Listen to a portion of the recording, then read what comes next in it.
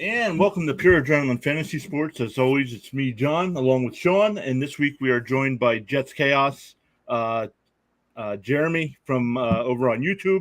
Jeremy, thank you for joining us. How are you doing today? I'm good. It's Sunday morning. I'm up. I needed to be up. Got a lot of errands to run, but I'm feeling good. Good. Thanks for giving us some time here on Sunday. Before we dive into some of the Jets discussion, Sean, we had some NFL news this week. Let me put that up on screen and we can discuss that. Some of the signing, we had Baker Mayfield getting traded. What are your guys' thoughts on Mayfield going to the Panthers? And do we really think there's a quarterback competition there? I don't think there's a quarterback competition. I think it's kind of Baker's job to lose, but I also saw a report that the players, the coaches, and the team, pretty much everybody on the team supports Sam Darnold and likes Sam Darnold. So there could be that chance that they go into week one and I could see them both playing one half of the game and seeing who wins the halves to get the next week as a starter. Yeah, Jeremy, your thoughts on Mayfield going to Carolina? I'm happy for him. I mean, what a lousy situation he was in. I don't think there should be a competition based on talent. I mean, Baker Mayfield is much, much better than Sam Darnold. But, yeah, I think there are some other factors that you have to consider. I've been, reading a lot about that as well, like with the players in the locker room. And that might impact Baker. I mean, he might be messed in the head.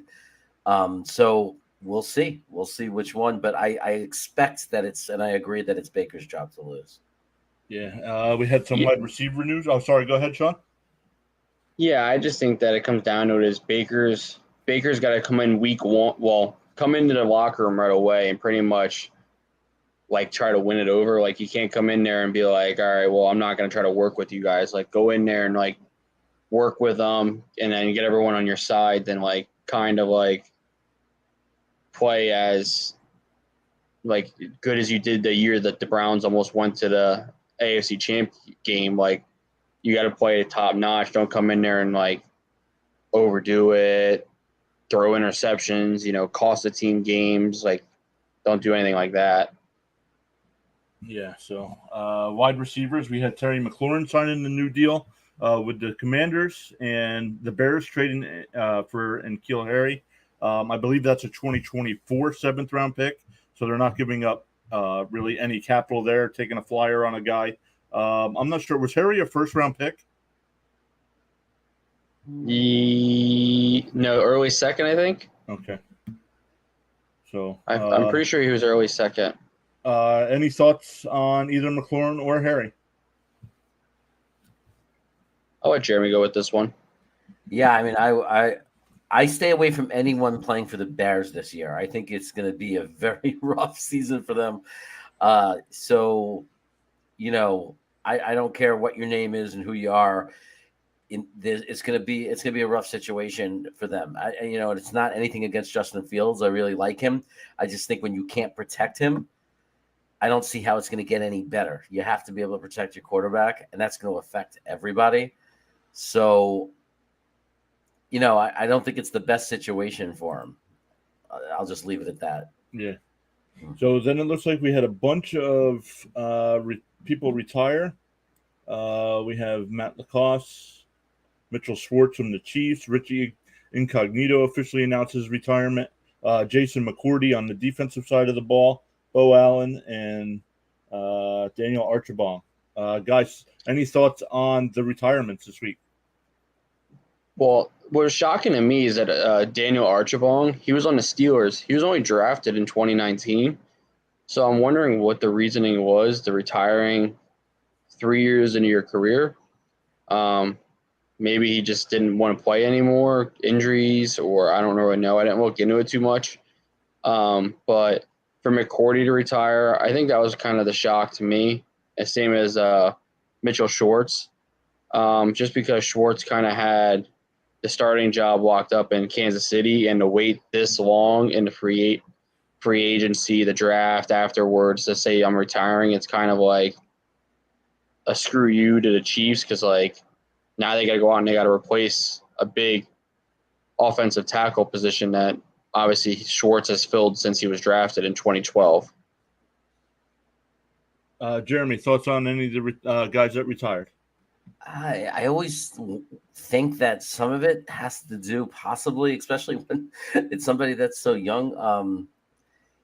I always think that it maybe has to do with like concussions and things like that. Like I remember, like, as a Jets fan with Al Toon, a lot of fans, we didn't know what happened to him. We were like, what happened? He's still young. Why isn't he playing? And people didn't understand back then. So, that would be the only kind of guess I would have to explain it. Why somebody would, get drafted in 19, or why somebody who's slated to be the starter would retire. Maybe they're showing some effects and getting nervous. Maybe they're privately seeing doctors and doctors are telling them you're at high risk based on what they're seeing. So other than that, it's just speechless. Yeah, that's one thing that is shocking is like when someone retires that young and that early. Some special team signings: Bradley Pinion and Lareem Ajulahu. Yeah, I'm not. We're just gonna go. We'll just go with the guy got signed to the Cowboys. Justin Houston with the Ravens. I know a little older in his career, but I'm not sure. Where was he before? Was he with Baltimore? Oh. Yeah, he played Baltimore last year. Yeah. So Eddie Goldman, Christian Sam, Malik Jefferson with the Cowboys. So the Cowboys and Commanders were busy this week. Huh. Yeah. The Commanders need a lot of help on defense. Yeah, so let's look at some of the guys that might still be. Sean, what do you have? Guys in blue, or can't tell if that's blue or purple. That's purple. Well, Cohen's out for the year, obviously, with his Achilles. And Le'Veon Bell said he's not focused on football this year to worry about his boxing career now that he wants to do. So it's kind of like, is he really considered a free agent? He's going to get his ass beat in the boxing ring. So, I mean, Jeremy, I guess that's. Go ahead, Sean. I guess that's what people want to do now is go boxing. Jeremy, we have history with a guy retiring to become a boxer. Do you remember that? Wasn't it Gastineau? It was Gastineau. Yep. Yeah, Mark Gastineau. Oh man. So let's look at some of Sean. Just a couple names on the top here for quarterback. What do you think? Cam Newton, career done? Basically, now that they traded for Baker, basically your career is going to be almost done now because you didn't have you lost your starting job pretty much with Carolina. Then you lost it with New England, went back to Carolina, and you still sucked. So I don't know what team would really take a high-risk flyer on a guy, knowing that he hasn't won a game in 2 years as a starter now. So, yeah. Before we wanted to have Jeremy on to talk about the New York Jets, but before we do that, Jeremy, why don't you tell us a little bit about your whole YouTube journey, how it started, where you're at now, and if you have anything planned for the future. Wow, I'll try to give you the short version because that could take a long time. About 16 months ago, living in Sacramento, had no one to talk to about the Jets. So I looked it up on YouTube and discovered this guy named Matt O'Leary and started watching his videos. That led to other YouTube content providers, a guy named Green Bean and Ryan, Jets Talk 24/7. And they gave a link once and said, if you want to come on to anybody. And they selected me from the waiting room. And I liked it. And then one thing led to another. And I decided this is fun. So I started my own channel in November of 21, about 7-8 months ago. And I've just been taken off ever since. Just a few name changes, but settled in on Jets Chaos.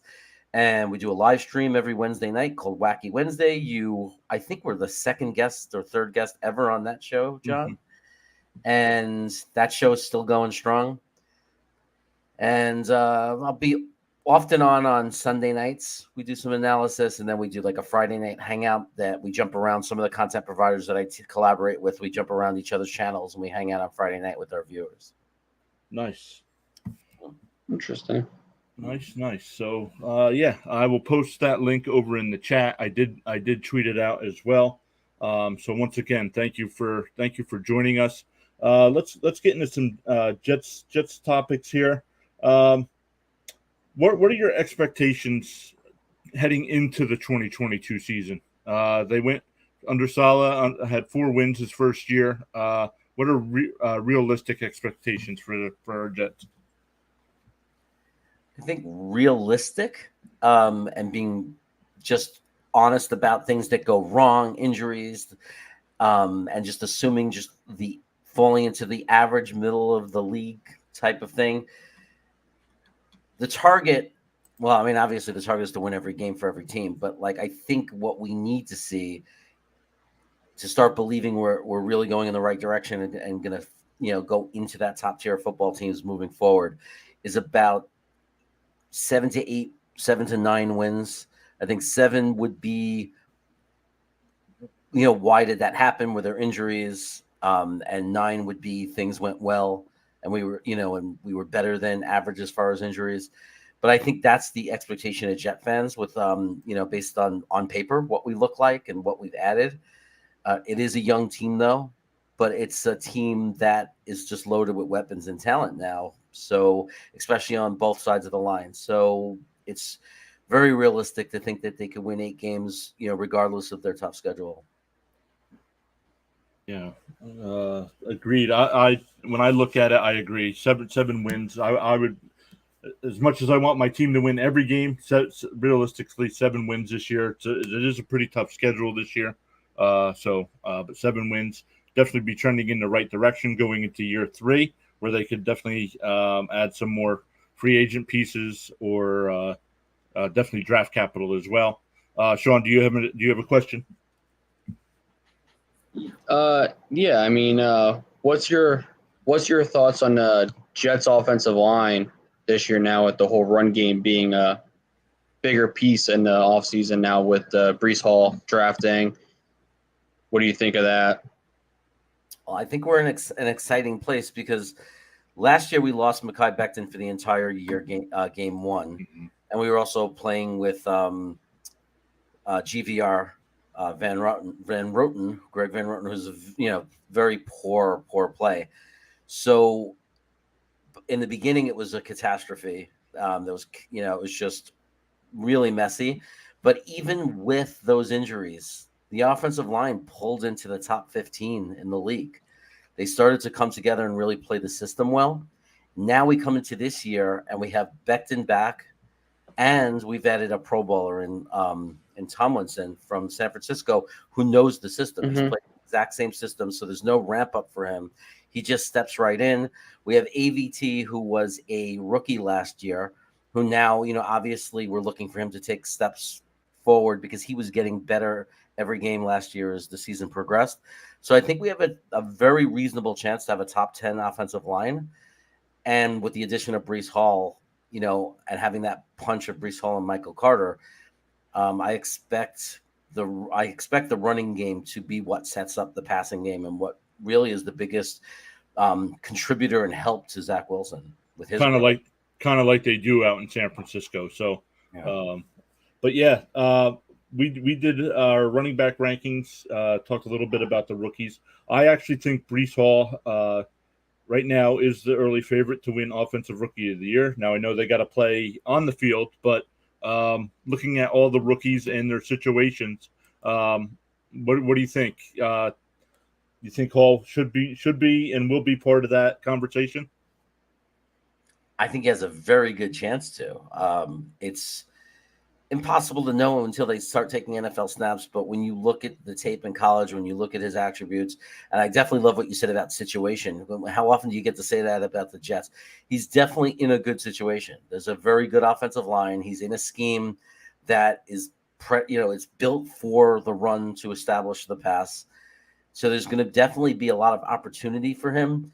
I would expect him to take a little time in the beginning of the season to get going. I think there'll be a learning curve, and I think the Jets will lean maybe in the first few games more on Michael Carter, and then you'll see Breece Hall get a bigger percentage of the snaps as long as he develops and he's the talent that we think he is. With Breece Hall and Carter, go ahead, Sean. I think the only people that could really be competitive with the offensive rookie of the year for that side, if you really think about it, are like the wide receivers that are going to a team that are going to be like the clear-cut favorite, like London and Atlanta. He's going to get the ball a pretty good amount of time right off the bat. Burks in Tennessee, he's going to get the ball a decent amount of time. I think those are the only people that you really got to be watching just because of the amount of times you're going to see the ball. Pierce, that also went down to Houston, the running back, just because the running back game for Houston is kind of we don't really know what they're going to be, what they're going to do. So, I mean, for someone like that, he could end up being like a clear-cut favorite. Like, all right, let the rookie go. Like, we have nothing really to worry about. We're not really playing for anything but pride because we're Houston and we don't really have anything. So, I mean, that's the only thing I could see being on the competitive side for Breece Hall winning the offensive rookie of the year. But I think, honestly, at the end of the day, I think if Breece Hall wants to win rookie of the year, he's going to have to come out 1,000, 1,200 total yards, I would think. Maybe like 6-7 touchdowns, and then probably like 30, 40 catches there on top of it. Yeah. Let's see here. Breece Hall. What do you think of this, Jeremy? I was looking up some things with our stats. Right now, I have Breece Hall at just under 1,100 combined yards, and Michael Carter with 757. But what do you think? Do you think the split might be a little bit more even, where they might be about 800, 900 apiece, or do you think Hall will eventually have a bigger role towards the end of the season? Well, I definitely think that Breece Hall will gradually, if things go right, will have more and more of a role. I don't think it's ever going to be more than 60% of the carries and touches, because I do think you have to look at the system. They're going to use Michael Carter. Michael Carter was like one of the best running backs in the NFL after contact. He did nothing to justify leaving him on the bench or on the sideline. There's just no way they're going to do that. They also like to use three backs. I mean, whoever they keep at number 3 is going to get some touches. So I think that might hold him back from the really elevated numbers, unless he excels to the point where you just have no choice. Because it gets to a point where a guy is too good to not give the ball more to. And if you're in tight competitive games, I don't think the fans are going to accept anything less than having your best guys out there. So there is the possibility. I don't think it's impossible that Breece Hall will have that kind of advantage over Michael Carter, but definitely hard to imagine him becoming ever, as long as Michael Carter's on the team, it's hard to imagine Breece Hall ever being like a bell cow type back that's going to get 25 to 30 carries. Like, expect something more like 16 to 20. Mm-hmm. Yeah, and right now I just looked at our projections for the year. I do have Hall getting about 63% of the workload. So that's why I definitely like him for Rookie of the Year. But tell us a little bit about Michael Carter and what he adds to the backfield. He's going to be, they're similar in a lot of ways, so it's not like the complete change of pace, but he's a little bit, you think being the smaller back, he's more elusive in creating space, but actually he's more of like the physical once he gets into open space. Again, he doesn't go down easily. He usually breaks the first tackle, gets past the first touch. He is, again, really dangerous with screen passes. They're similar in that way. They both, will add to the team and potentially be very dangerous receivers. So I think he's going to be the guy that it's about keeping guys fresh. They have a little bit of different styles that might throw the defense off, but the real thing is just freshness, being able to have two very talented running backs that are going to be able to stay fresh the whole game and not wear down.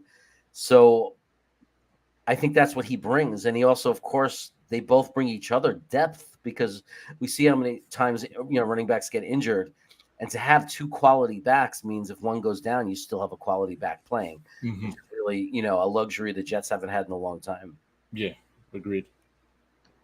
Yeah. Now, with the Jets offense this year, what do you think of Wilson with his sophomore year? Do you think, where do you rank him with quarterbacks going into their sophomore season now this year? Like, where is he at in your ranks?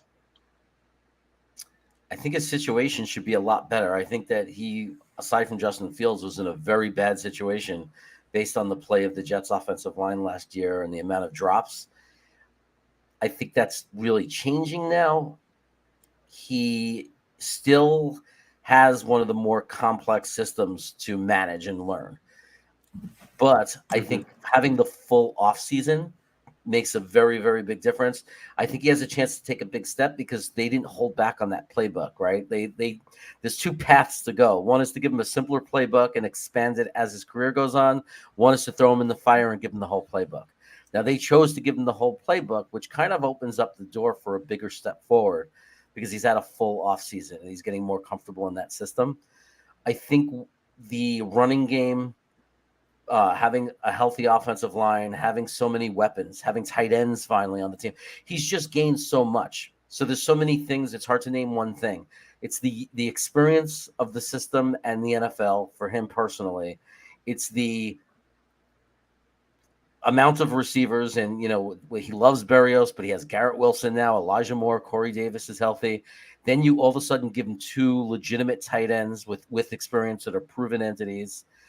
You give him now two running backs that both can come out of the backfield. He just has so many weapons that, aside from his own experience, that's going to make it so much easier for him, especially when the pressure and all the weight is not on his shoulders if we're successful in establishing a strong running game.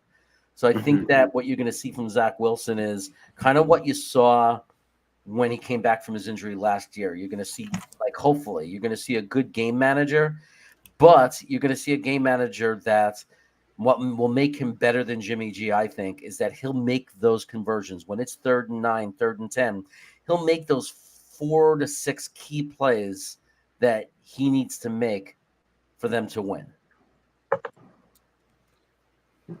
So looking at it, going into the sophomore season, I don't have Zach Wilson projected this high, but what would it mean to the Jets and Zach Wilson if he had 4,000 or more passing yards and 25 or more touchdowns? I think that would mean we get our 7 to 10 wins. I'll up it to 10 wins, but 7 to 9 for sure. I think it's hard to get those numbers. I mean, unless we were losing shootouts against other teams.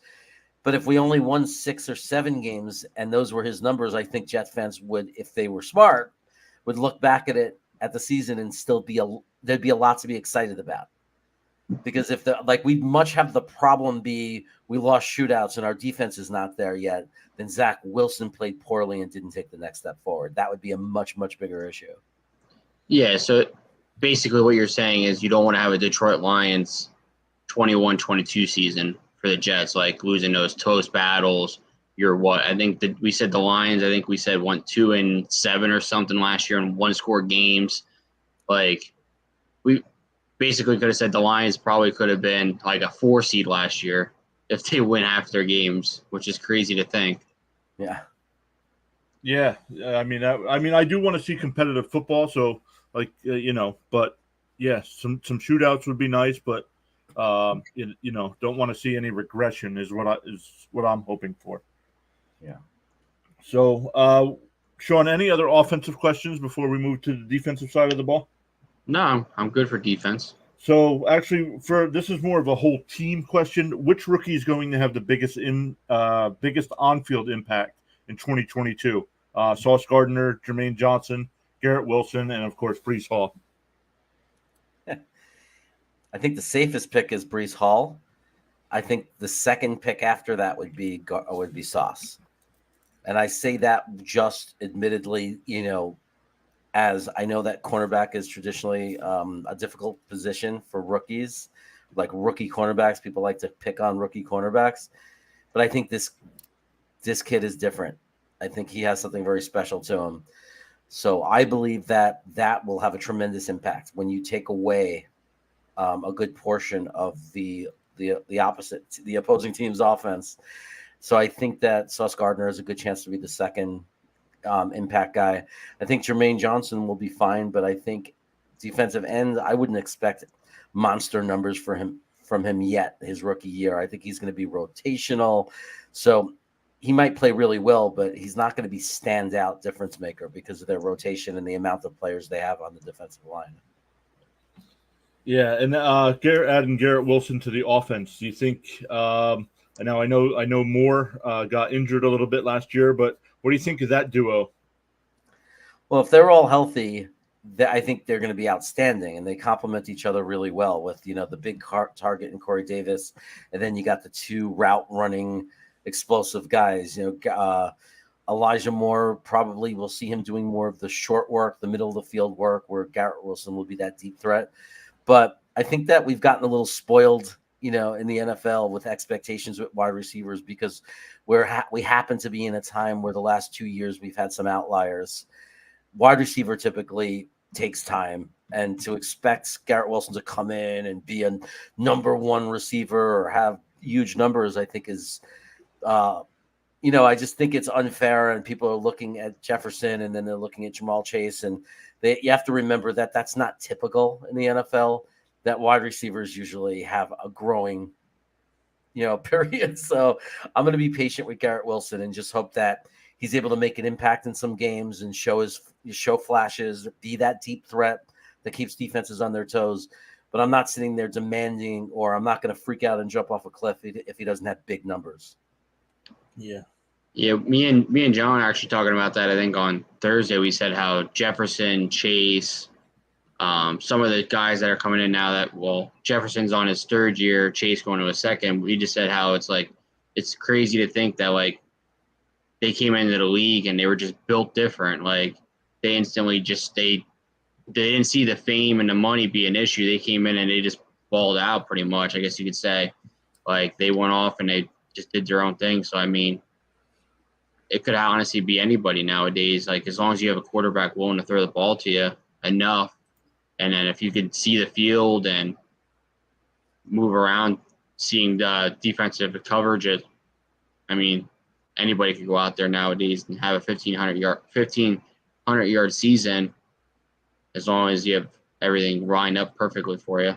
Yeah, and doing Sean said, these guys are coming in now to the league and having immediate impacts, but it used to be where a wide receiver would have to be in the league two or three seasons before they actually took that big jump. Chase had an incredible rookie season, so hopefully guys like Wilson can do that. It'll be interesting to hear the TV calls with Wilson to Wilson. Wait, what?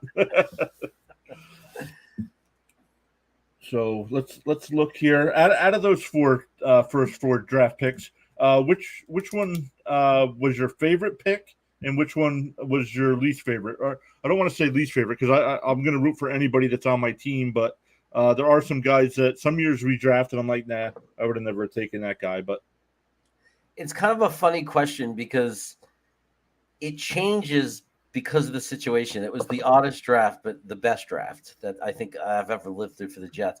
So my least favorite pick was actually, for a while, but it changed, was initially Sauce Gardner. And the reason that was my least favorite pick was because I felt that they needed to get an edge, that we've been waiting so long as a fan base to have an edge. And when they picked Sauce Gardner, what that meant to me was we can only take a wide receiver and edge at 10. Mm-hmm. And that means we were leaving one of those spots empty. And I thought that was a big mistake. So it wasn't that I was angry. I was excited about Sauce Gardner. I loved him. I followed him in college. There was no question. I was in love with the fact that he was going to be a Jet. I was already in my head knowing I was going to get a jersey, but I was very disappointed because of our situation. Then we went ahead and we took Garrett Wilson. And I said, okay, it was kind of like that bittersweet thing. They took one of the two positions that I knew they needed to take. I was glad they got Garrett Wilson. He was the number 2 wide receiver on my personal board. So I was very happy and content with it. And then my favorite pick was JJ because of the trade, because they traded up, the drama of watching him slip down that board and is he, like deep down, I'm thinking there's no way he's going to make it into the second round. Mm-hmm. And he's dropping. And then suddenly the Jets pop up onto the board and they get the edge also. And not only was that my favorite pick because we got the edge that we needed in such dramatic fashion, but it also made Sauce Gardner, all the bitterness of that pick go away because we got the wide receiver. We got the edge. Now I could just be happy that we have Sauce Gardner. So then I really started to appreciate the fact that we got Sauce Gardner because we still managed to get the other 2 needs. And then the Breece Hall added on top of that was just beautiful. Because you saw in the last month that I was doing all my mock drafts, I was fighting with people on why it would be okay for the Jets to take Breece Hall, trying to make them understand that this is not just taking some pedestrian running back. Like, this is a special guy. This is a guy that if he slips to the second round, I think – back in my days of football in the 80s and 90s was no question a top 10 draft pick. Mm-hmm. Yeah. Yeah, agreed. Go ahead, Sean. No, I was just agreeing with what he had to say there about that. Yeah, out of the 4 guys for me, my favorite was definitely Sauce Gardner. Sauce Gardner was the one guy I did want in this draft. Then for me, it would have been Jermaine Johnson was my second, Hall third, and then Wilson least favorite out of the 4, but that's because I didn't do much research on the wide receivers. I didn't think it was a glaring need as pick 10 in the draft. So I was looking at some of the guys a little bit deeper into the draft, like Christian Watson and Traylon Burks. So some of those guys I was looking more into. So, but that's where I came up with my rankings. But on the defensive side of the ball, what are some of the question marks that the Jets still have at question mark? And then I'll get into some of the players individually. Well, linebackers, the biggest question mark, not just for the lack of them, but because if CJ Mosley gets hurt, I don't see what they're going to do. Like, they're so thin. So it goes beyond just the talent of will Quincy Williams take the next step? Will this guy Sherwood come back from his Achilles and be able to contribute? Like, there's all these questions about the guys around CJ Mosley, but the worst part about that is who replaces him. I mean, this is a guy who's had a career of being hurt and missing some games.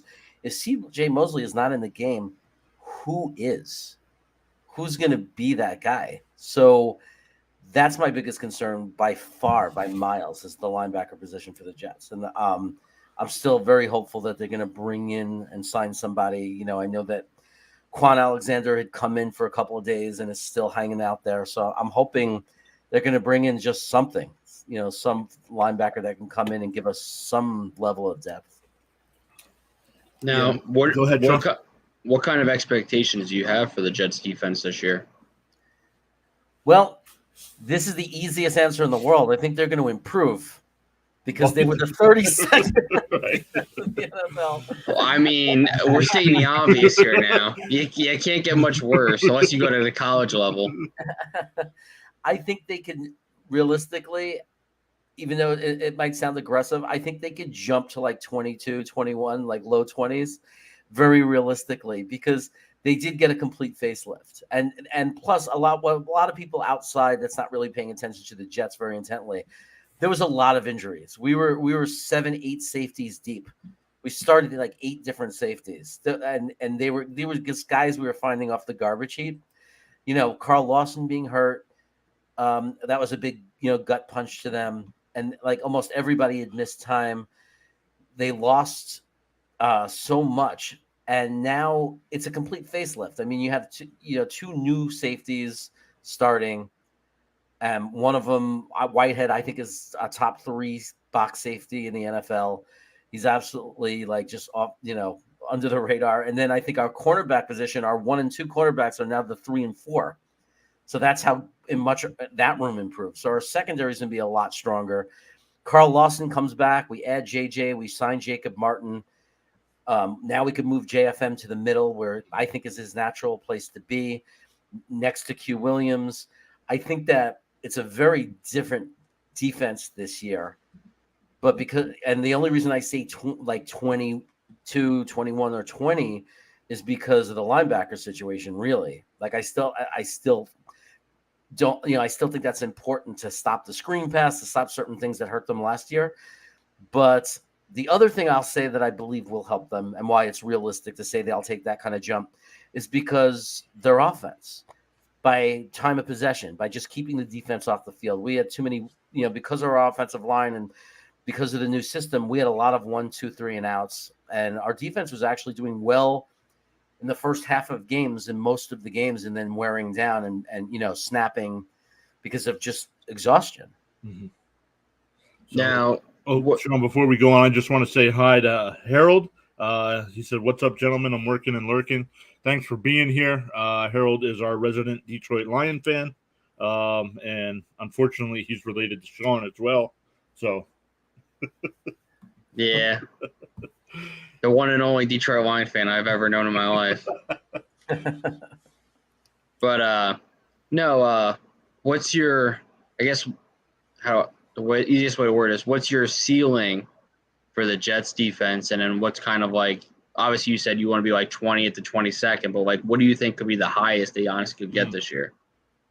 Oh, I think it's possible if everything clicked, they could be 15. Mm-hmm. And when I say everything clicked, like if Jermaine pops and Carl Lawson comes back 100% and they're terrorizing quarterbacks and creating tremendous pressure, that's the way this defense is built, right? The whole scheme, everything in this defense is the front four getting to the quarterback. If that actually happens, it could be a very big turnaround because the main motor of the defense is working. And if the other thing I'd add to that, if Quincy Williams, the linebacker, eliminates his mistakes because now he knows the system and he really does, let's say, take a big step forward, CJ and him stay healthy the whole year. These are the things that aren't realistic, really, because when does everything click right? Mm-hmm. Right. But if it did, then it wouldn't be impossible for me, like, to say they can get to the middle and be at 15. I like that. And speaking of Williams, actually, I wanted to bring up Quentin Williams. I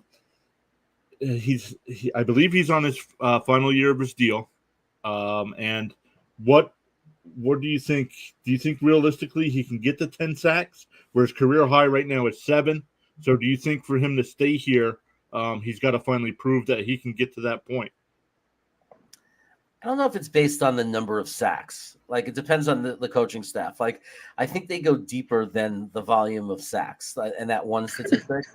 I think that, it'll be a lot based on, like, they get pressures. Do they disrupt? Do they help stop the run? I said something funny. But no, the comment on the screen there. You should all come out and eat here. I'm making a special. It's the golf burger. It is served on a plate. No bowls for this bad boy. Oh, boy. So he's not happy with Goff, I take it.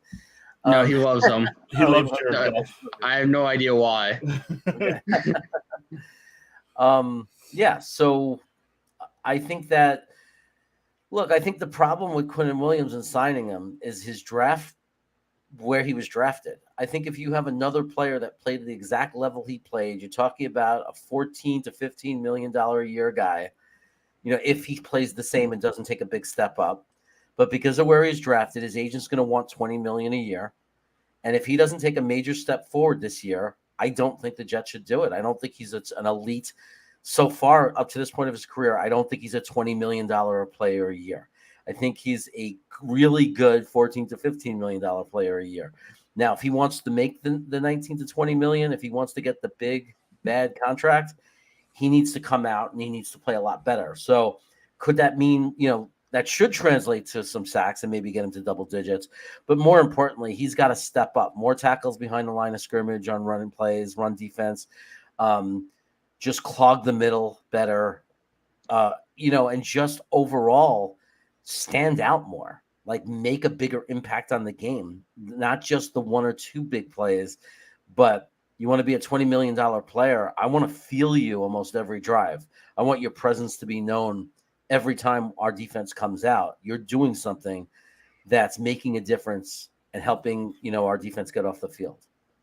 Yeah, I mean, just from watching, I mean, obviously, there's not many Jets games on in this area for John and to obviously watch other than watching like the NFL Red Zone and all that. But when they like show games of the Jets and all that, it's like there's games where it's like, all right, well, he's easily making his value worth like 20 million. But then there's sometimes you watching the games and you're like, he's out there showing he's only worth 3 to 4 million. It's like you gotta make every game an Aaron Donald. You don't have to make every game an Aaron Donald game, or JJ Watt or TJ Watt, I mean, but go out there and, be a presence, be known, be physical, and kind of go out there and like, if you want to make that contract, make sure you earn that contract, not just be like, oh, I want it and I'm going to get it.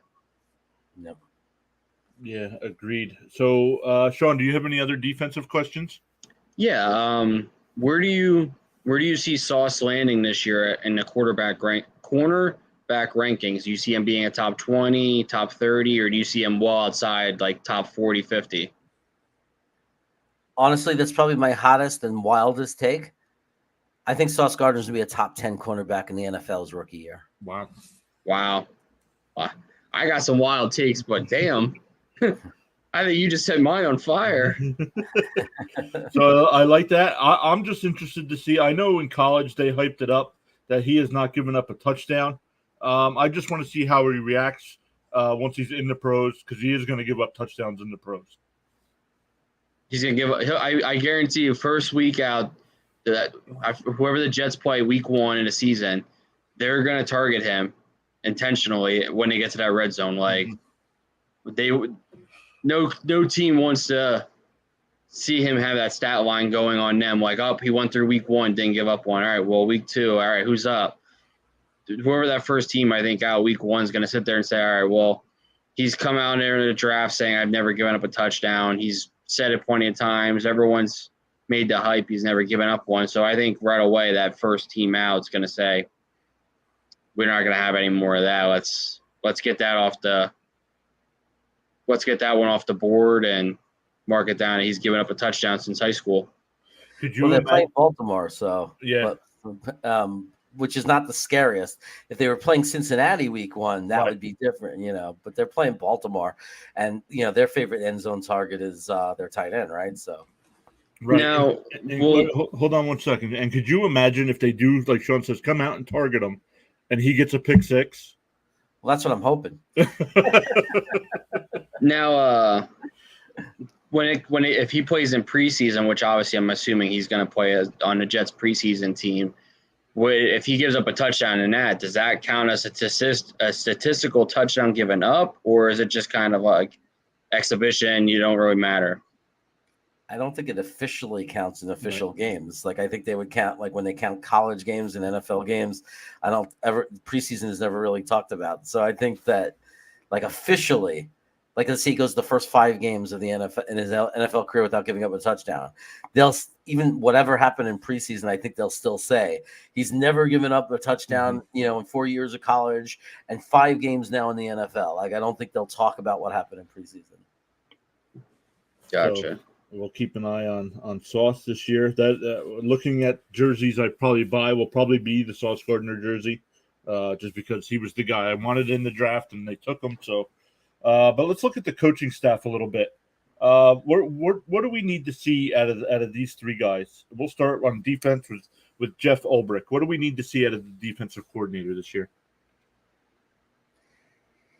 The ability to make adjustments that are effective. We almost seem to get worse on defense as games went by. It's hard to think of many games where our defense got better. Mm-hmm.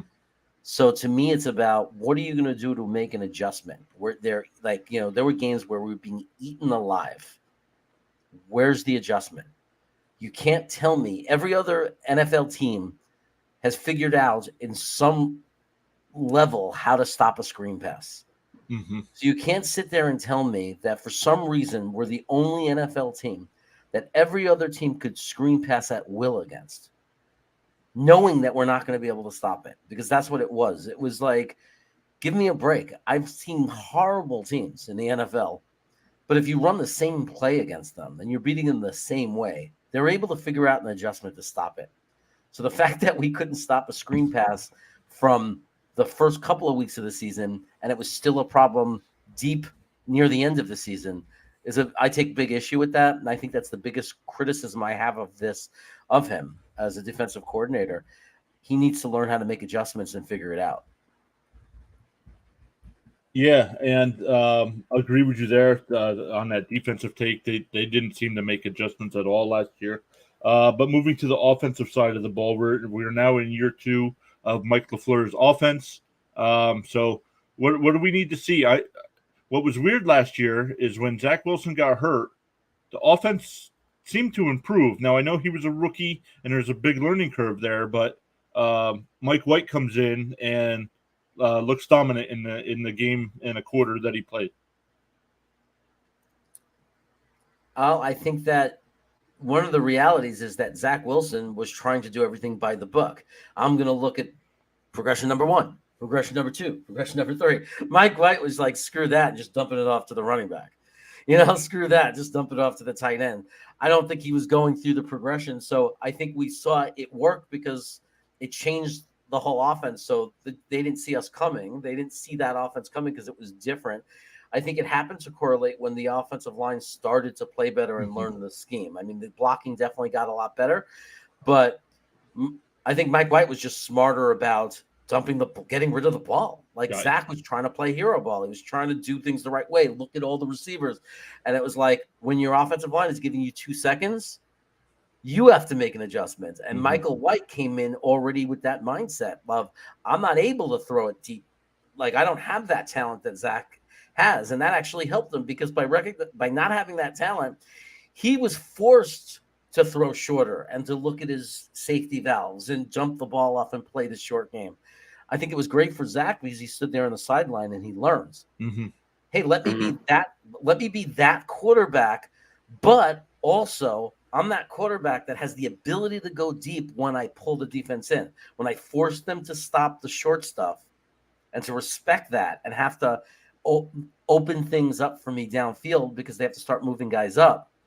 Like, I think he started to learn that process, and we saw evidence of that when he came back.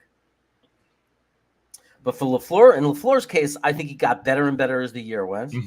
When he got off the sideline into the box, everybody knows, every Jet fan knows the difference that made. But I think he's our most promising coach. Right. My fear is we're going to lose him because by the last 8 games of the year, he may have been one of the best offensive coordinators I've ever seen the Jets have. Like, I've never had an offensive coordinator that could be so aggressive and so many fun plays and so many constructed plays. I'm excited about him. Yeah, agreed. I remember when they started talking about bringing in their coaching staff, the beat was, worried about bringing guys in that you might lose to head coaching jobs. Well, honestly, isn't that what we want? We want our coaches to be so good that somebody else actually wants them.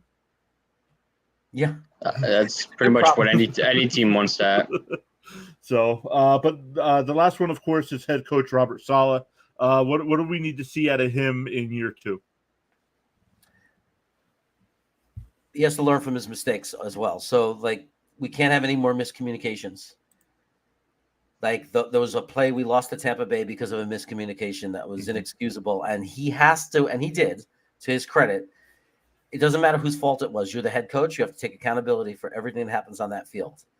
And the fact that the wrong play was run starts with him, especially when you have a rookie quarterback.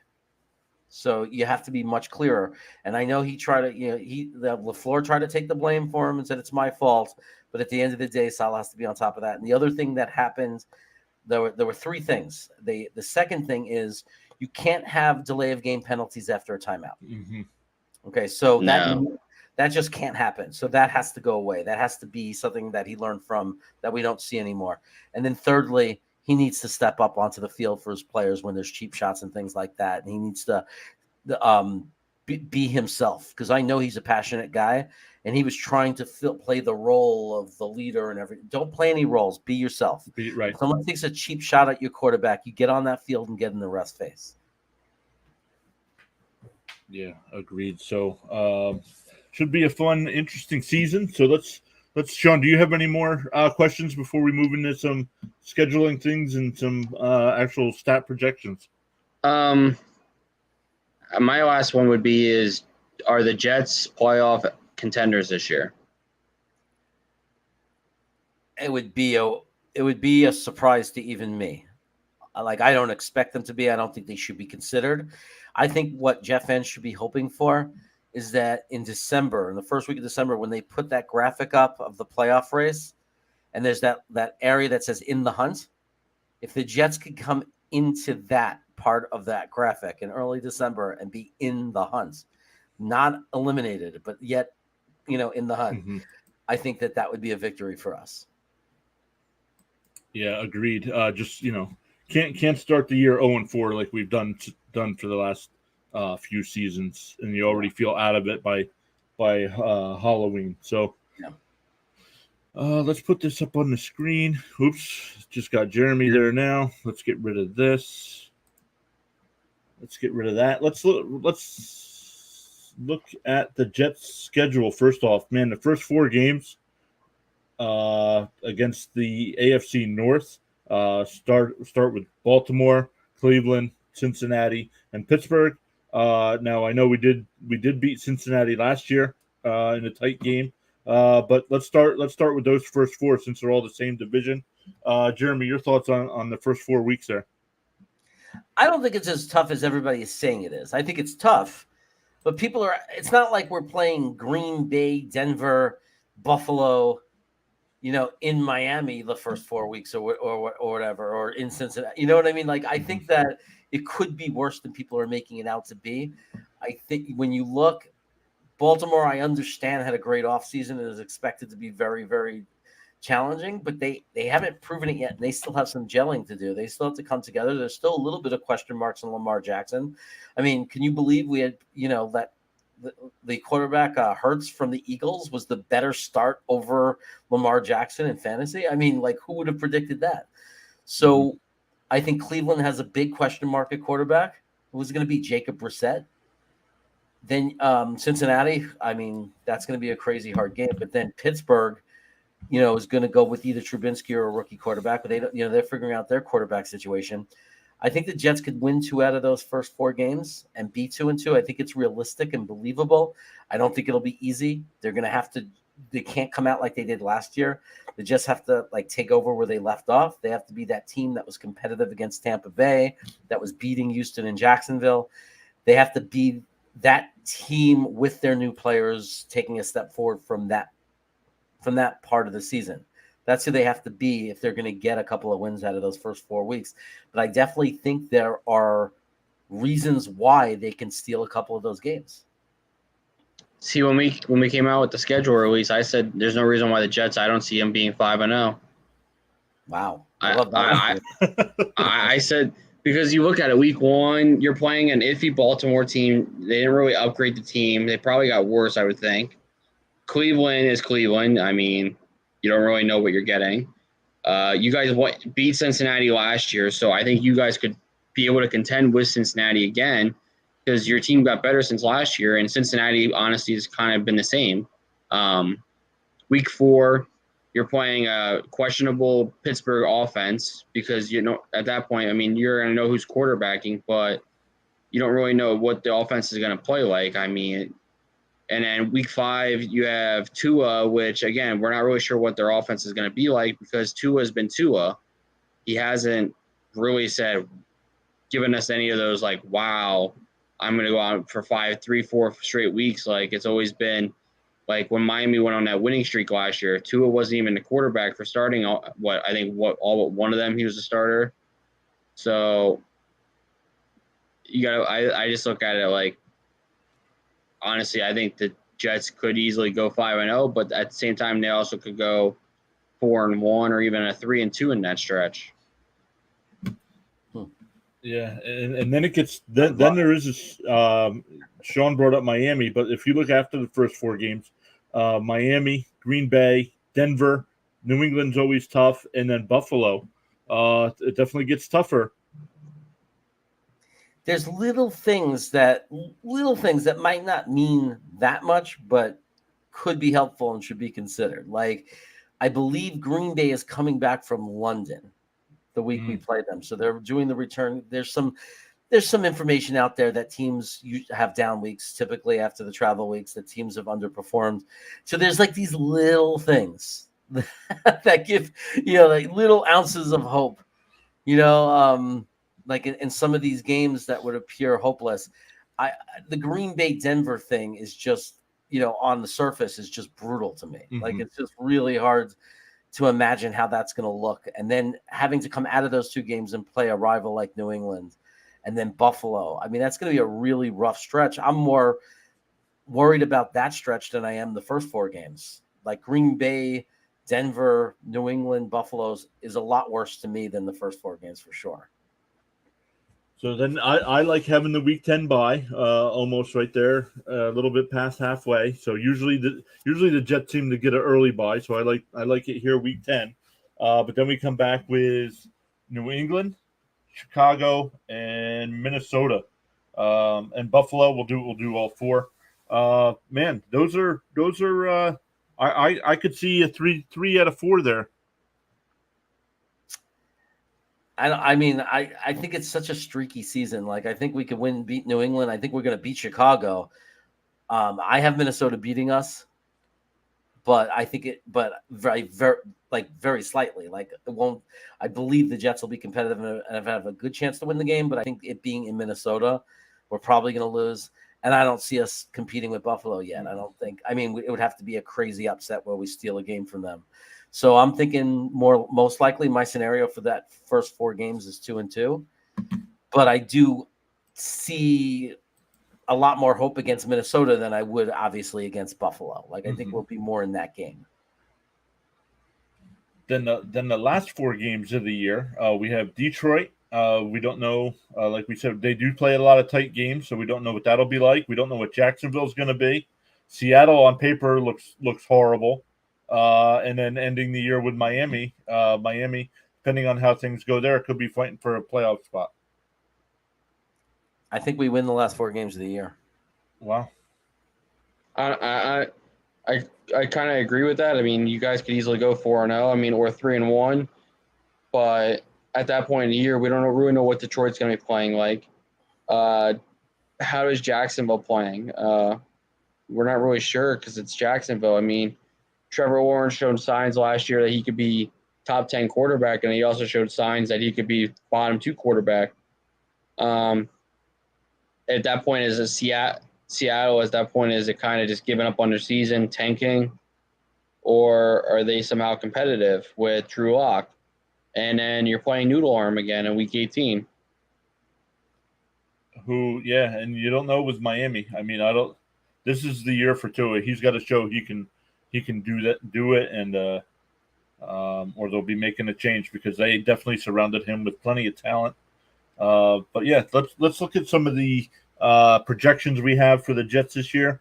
At quarterback, we have Zach Wilson, just under 60% completion percentage, 3,600 yards, 22 touchdowns, 15 interceptions, adding in some rushing yards as well and some rushing touchdowns. Is that a successful season for Zach Wilson? Not fully to me, and here's why. The key thing is that 59% completion rate. I think it needs to come to like 62, 63 as the low of what we want. I think what we need to get him is eventually for him to be the guy for us. We have to get him to 68 to 70%. So I would like to see the jump to 62% because I think a lot of his numbers from last year were due to a lot of drops. And, the first few games really hurt him and hurt his numbers because even the last few games where he didn't get to be as successful because of the injuries. Like he was literally had his top 3 receivers out and his top 2 offensive linemen out. So I would like to see that number up a little higher, and I'd like to see the interceptions more at like the 10 level. And I mean, it's close though. This is realistic. I could see this being real for sure, and like no argument. I mean, it's definitely very realistic. I would hope though for a little bit better. I'd hope for more like 25 touchdowns, 10 interceptions, 63% completion, 3,800 to 4,000 yards. And look at oh, go ahead, Sean. I think for being a successful year, you can't have pretty much a 1.5 touchdown to interception ratio. Yeah. Or not even 1.5. You got to kind of have like 2-1 or even 3-1. Like you don't want to have, if you have 15 interceptions and you're scoring 25 times on a year, it's kind of, are those really going to be any winning numbers sort of thing? So, yeah, good point. And then no offense to Flacco or Mike White. Honestly, I hope they end up with 0 stats this year, unless it's coming in garbage time and kneeling the ball. Yep. I agree.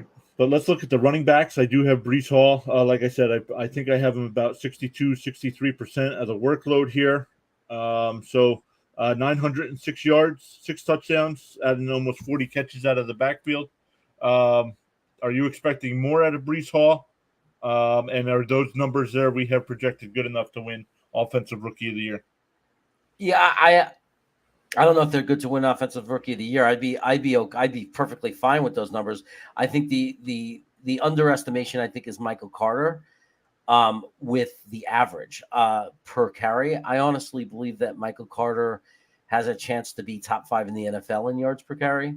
Now that might not be enough carries to qualify to be on the list, but although it might be, I see him more at 4.7, 4.8 yards per carry because he's so good at yards after contact. So I wouldn't be surprised if he's the leader on the team in that number and pretty high up in the NFL. So I think that would get him more like in the 700 to 800 yard range because I could see a 900 and an 800 season from the two of them combined. Like I could see that as being realistic. So I wouldn't be horrendously disappointed. I'd be excited about Breece Hall, a rookie coming in and getting 900 yards. When's the last time the Jets had a rookie do that? So that would be kind of exciting.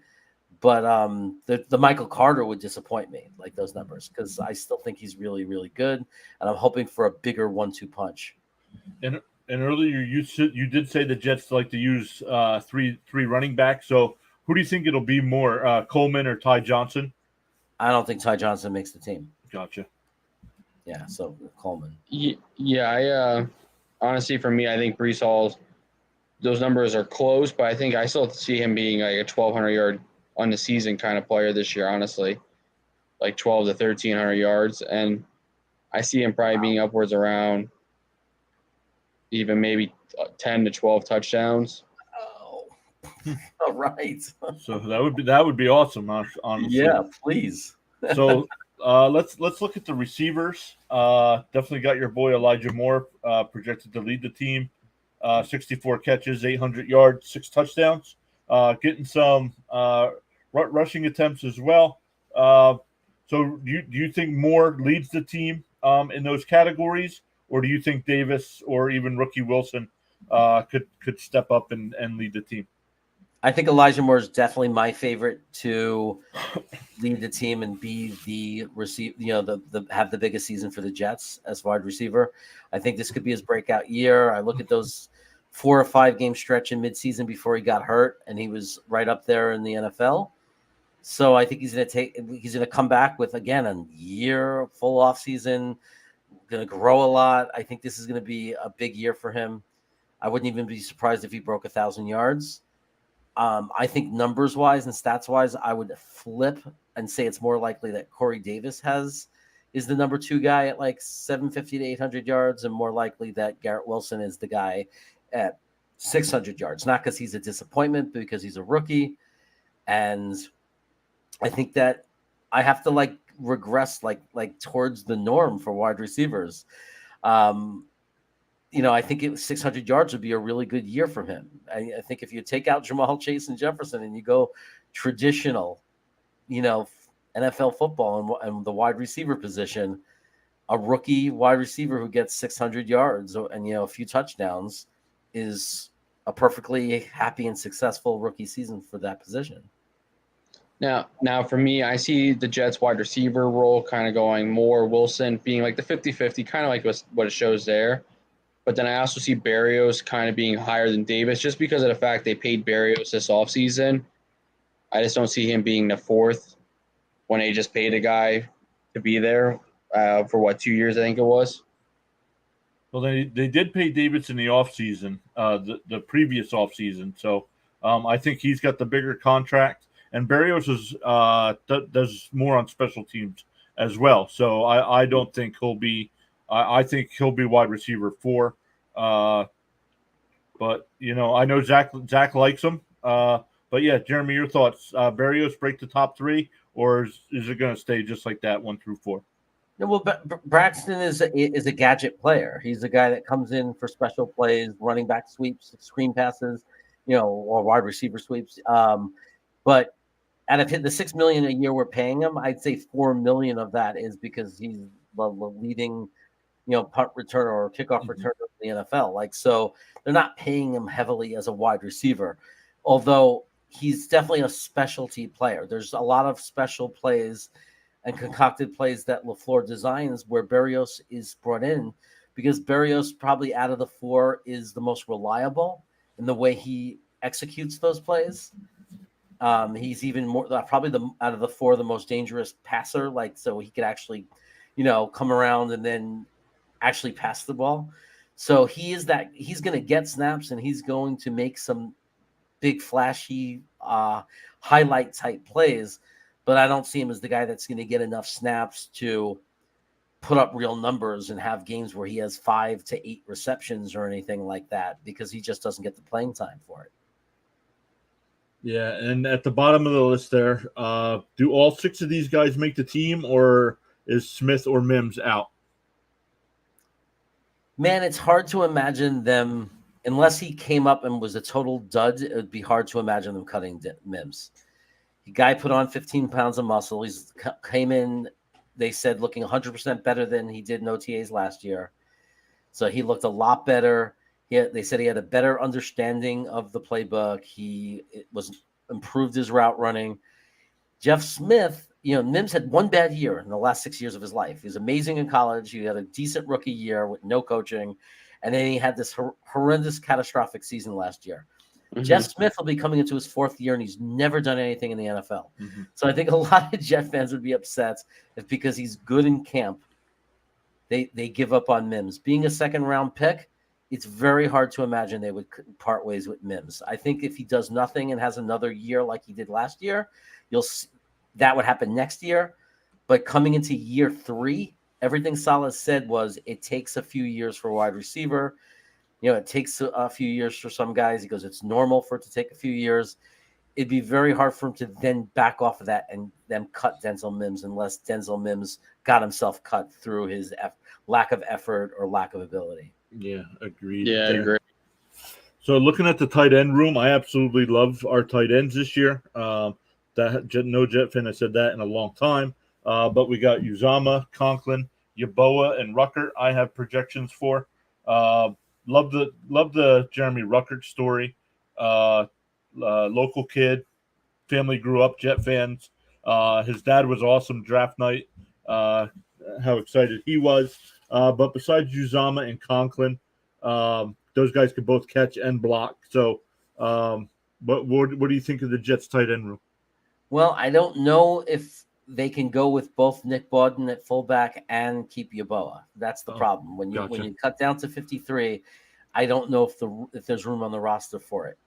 So, I mean, it's possible, but that would mean realistically you'd have to go with 2 quarterbacks and cut Flacco or something or White, or they would have to go with only 3 safeties, only have 1 backup safety. And after last year, I can't imagine that. It has to, or they'd have to cut what's his name, Justin, the special teams guy that we got from New Orleans. So it's just a matter of numbers. I see Yeboah as a practice squad guy to start the season. Yeah. Because they can't expose Ruckert, obviously. Right. They have to keep him safe. So I think Yeboah is in big trouble because Nick Bawden really played well at fullback for the Jets. They were able to go back to a 21 personnel at times when they wanted to because of him. So I think Yeboah has a big mountain to climb. So I'm worried about him being able to be on the team, not because of lack of effort or lack of ability, because he did anything wrong, but being a victim of the numbers game. Gotcha. So let's look. Right now, I have 2 kickers projected, just because there is going to be a camp battle. So, do you have a favorite one over the other? It's so hard, man, because Zerlane has not been good the last couple of years. Right. Like, he's not been very reliable, but he can still kick the long ones. Like, there's a lot more hope that, you know, if you're in a situation where you have to kick a long one. Pinero, you know, is getting a raw deal in the world because when he was on Chicago, he was playing really well. He was a very decent kicker. There was nothing wrong with him. He got injured and lost his job. Then he comes in for the Jets and he makes every single kick except for one that was blocked. So the guy has done nothing to lose his job except they say he can't kick. Like, if you have to kick a 50-yard field goal, he's not going to be your guy. That's the downside on him. But he's deadly accurate, or he's been accurate. Anything under like 48 or under, he's fine. Yeah. So I mean, Jet fans will keep an eye on that as well. And on the defensive side, we have the Jets as a team getting 33 sacks, 12 picks, 8 fumble recoveries, 2 defensive touchdowns, and giving up 451 points this year. I think the 451, I think I would be disappointed in. Now, they did give up over 500 last year, but that's you're averaging 26.5 points a game. That's holy. Yeah. I don't know. I guess, I mean, 4 touchdowns a game is a good average. I guess you're giving up, but that's a lot. So, Jeremy, go ahead, Joe. I don't know how many games you can win giving up 4 touchdowns a game. Yeah. Jeremy, your thoughts on our defensive stats? Yeah, I don't think we're going to give up that many a game. I think we're going to be somewhere like giving up 20 to 22. I mean, I got to look at the numbers to see what that means typically. Like, I'd look at the number, the 20th team in points allowed last year, and that would be what I would project for the Jets. Somewhere like I was saying, 21, 22. I'm not going to pretend I know what those numbers are, but like whatever the 21st best defense or worst defense gives up would be how I would probably project what the Jets would give up this year. So, yeah, I love the slight increase in interceptions would be nice. That would be a great thing for them. But again, I think it's more of an unknown. We've completely given our defense a facelift, so we just have to see. And there's a lot of question marks. Like Carl Lawson is a question mark. When you come off an Achilles injury like that, it's a question mark. He could be either amazing and a tremendous impact player, or he could be a guy that's going to be at 70, 80% and be invisible. Yeah. So thanks for giving us some time here this Sunday morning. Like we said, we are 8 weeks away from the first Sunday in the NFL regular season. So it'll go by quick because there's 4 weeks of preseason. So half of the 8 weeks are taken up by preseason football games anyway. Yeah, it's Jets Chaos over on YouTube. Jeremy, why don't you give out your other social media information and what you have planned for the channel coming up? Well, we're gonna pretty much do the standard Wednesday night shows. Am I guarantee? That's my biggest commitment.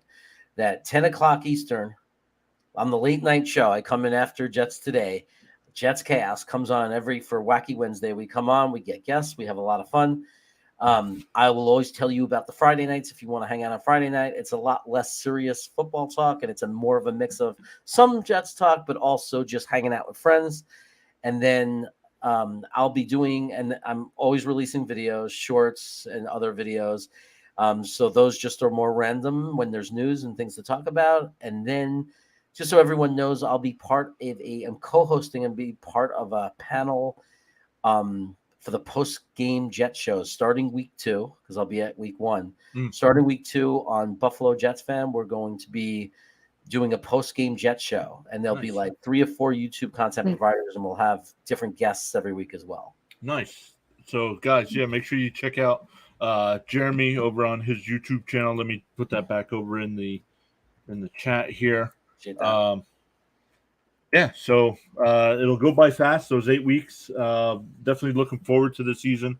I'll be watching. I don't know. Do you live stream Jet games, or are you just going to do like you did last year after the Jet game?